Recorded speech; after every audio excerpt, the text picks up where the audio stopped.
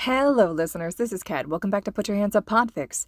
This will be the continuation of Watch Your Heroes Fall. This will be Part 12, Chapter 14, entitled Phase 2, Scene 5. That's Showbiz. Momo knows that she doesn't know Izuku as well as the other kids in Class 1A. Even Hitoshi probably knows him better. It's been eating at her since Izuku introduced the plan to her, Hitoshi, and Shoto almost 3 weeks ago exactly. Now, it's the wee hours of the night after their successful infiltration. Attack feels too antagonistic a word for what they did, and Momo was up, thinking. Her quirk has almost infinite applications. She's heard that line more times than she can count throughout the years. She had been scouted by manufacturers, think tanks, research and development teams, medical scientists and doctors alike, childcare specialists, TV shows, designers, and, of course, pro-hero schools. But she wanted to be a hero. It called to her like a flower calls to rain, and rain it has. She has more experience combating villains than some younger pro-heroes, and now she has to remind herself that she's not a hero. Not right now. She put everything on the line for this. If it goes south, she goes down with it. She has to trust Izuku. But she has one question, because, so far, her infinitely applicable quirk has been used for party tricks. A group like the League of Villains knows how to make smoke bombs without her quirk, although twice in Dabi had been cheering Momo's name, with how easy her quirk had made it. She had made costumes with little smoke machines. It's not so much that she feels unused. She has stretched her quirk in ways that All Might's heroics classes had never even considered to push it, but she knows that her quirk is not just good for these mirages. She had assumed, initially, that Izuku chose her for her infinitely applicable quirk, but no. When she said she wouldn't make money to fund their activities, Izuku had immediately accepted that, as if he had expected this boundary wall, and he hadn't even been bothered to try and climb it or break it down. Momo is fairly certain this is the most respectful anyone has ever been about her boundaries. She realizes now that her quirk may have had nothing to do with why Izuku asked her to come with him. What she wants to know is, if not for her quirk, then why?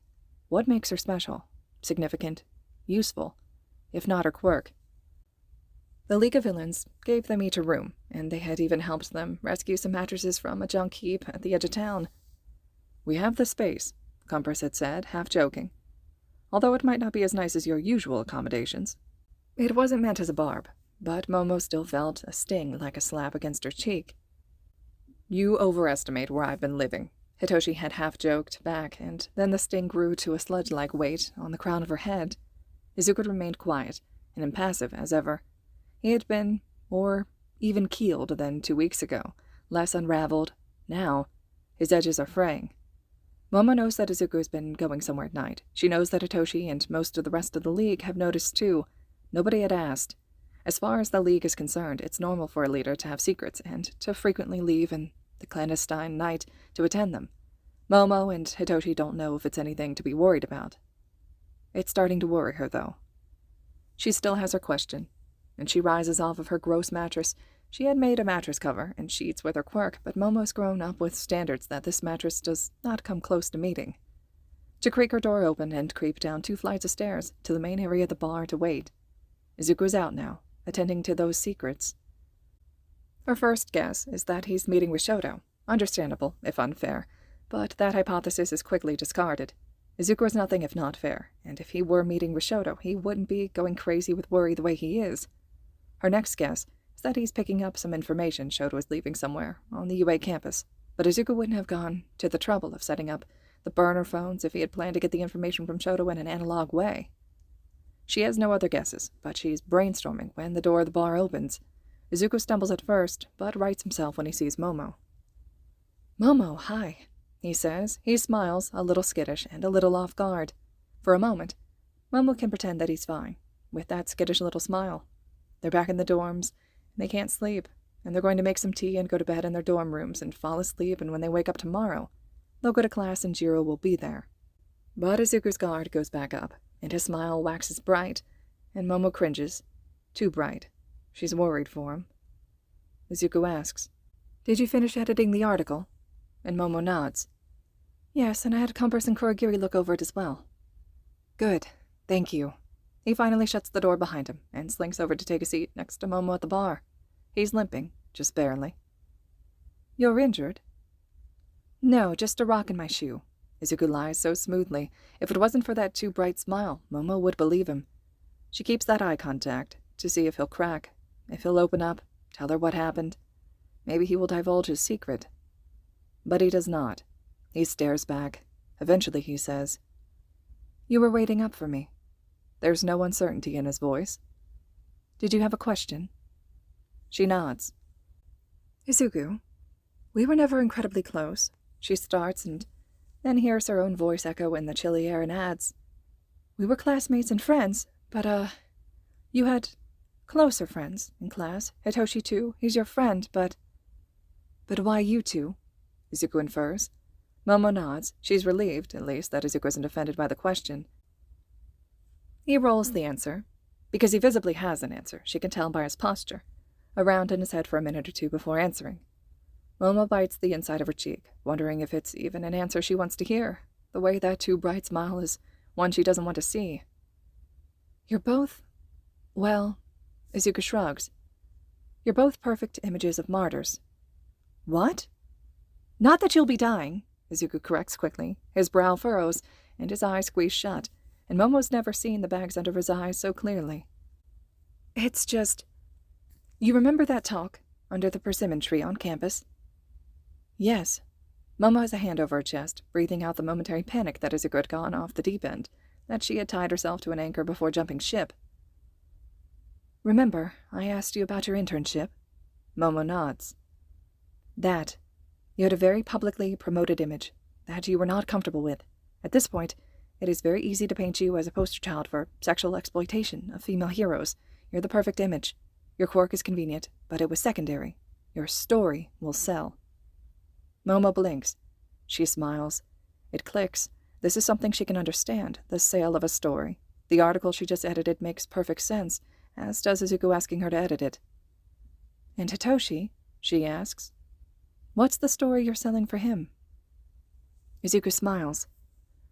The story of quirk discrimination.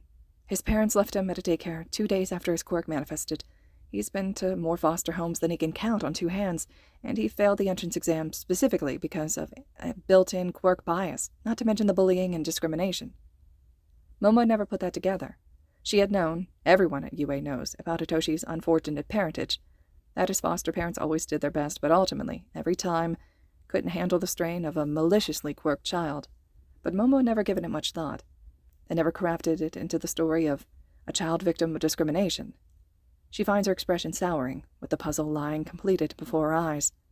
The picture is ugly. "Oh," is what she says. Izuku laughs, off-kilter and too bright. Momo's expression sours further. "Why don't you get some sleep?" she asks him. "The article goes out tomorrow at noon.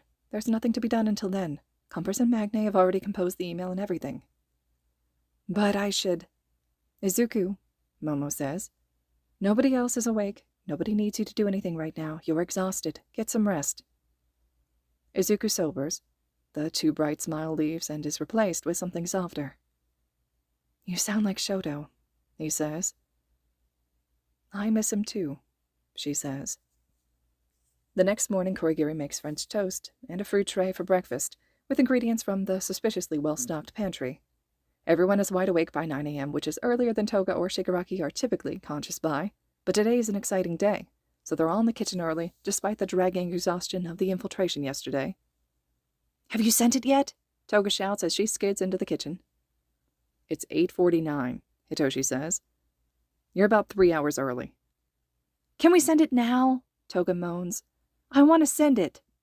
Izuku offers the solution. "Your finger can be the one to press the send button. How about that?" And Toga avidly agrees. "I haven't even read it yet," Magne says. "What's in there that's so exciting?" "A key expulsion," Izuku says with a smirk. Hitoshi laughs.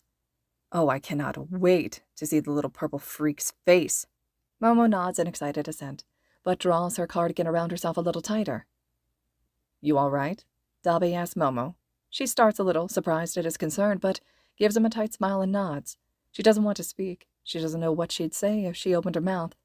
Dabi gives her an unimpressed expression and turns away, calling, "Toga, the dressmaker needs a hug."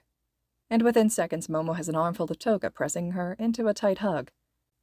Is it because he did that stuff to you too? Toga asks, and Dabi hisses something at her about tact, which Toga ignores with a flap of her hand in his direction. Momo nods, still unsure of her voice. It's strange. In the moment, it hadn't felt like much. Just a hand or eyes on her body, but now, free of its immediacy, her eyes well with tears. He's never getting close enough to do it again, Hitoshi promises. Izuku nods. He'll be expelled, at the most lenient, but with the evidence we have, he might go to prison. Oh my gods, Magne says, finally putting it together. There was someone like that at UA. How did they even let him in? That's what Japan is about to start asking themselves, is my guess. Shigaraki hisses from the stairwell, the last to come down from his room. Magne grins wide. Ooh, I'm excited now, she cries. Can I read it before it goes out? Compress sidles over as well.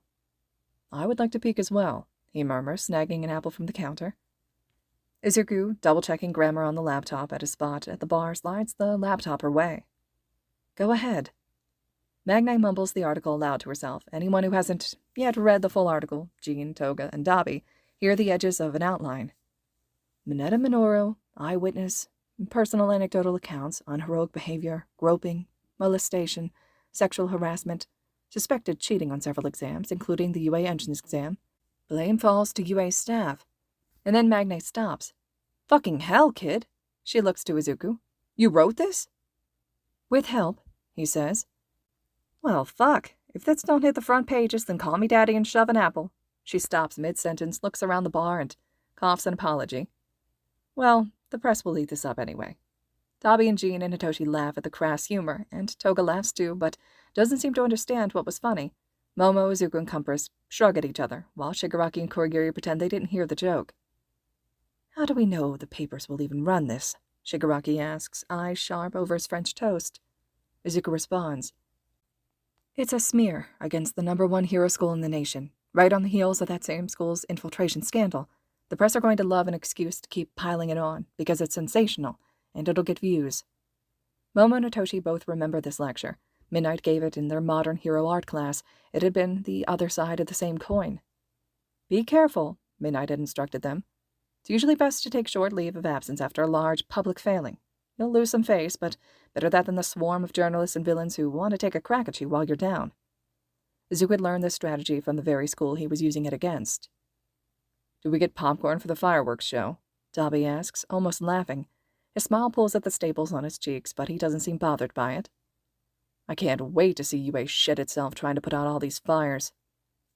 I hate this shit, Twice screeches, then lets his tick work its way out of his shoulders and amends. This is going to be fun. No murder, but still fun. I don't know, Magne says. I think I'm going to like watching them squirm more than any kind of murder. She laughs, full-bellied and ringing. And the hero students try to laugh with her. They had forgotten, for a bit, that everyone else in the bar has killed someone before. But in Magne's laugh, Toga's hug, Shigaraki's avid enjoyment of French toast, Twice's glitching smile, Dabi's brotherly concern, Compress's dapper restraint from vulgar humor, and Kurogiri's paternal breakfast-making skills, it's hard to see them just as murderers, just as villains, without humanity. The picture must be ugly to include such crimes as theirs, but they are still each made of more puzzle pieces than just their murder and their theft. All right, listeners, this concludes Chapter 14 of Watch Your Heroes Fall. Chapter 15 will be up next. Hope you all are still enjoying, and as always, thank you so much for listening.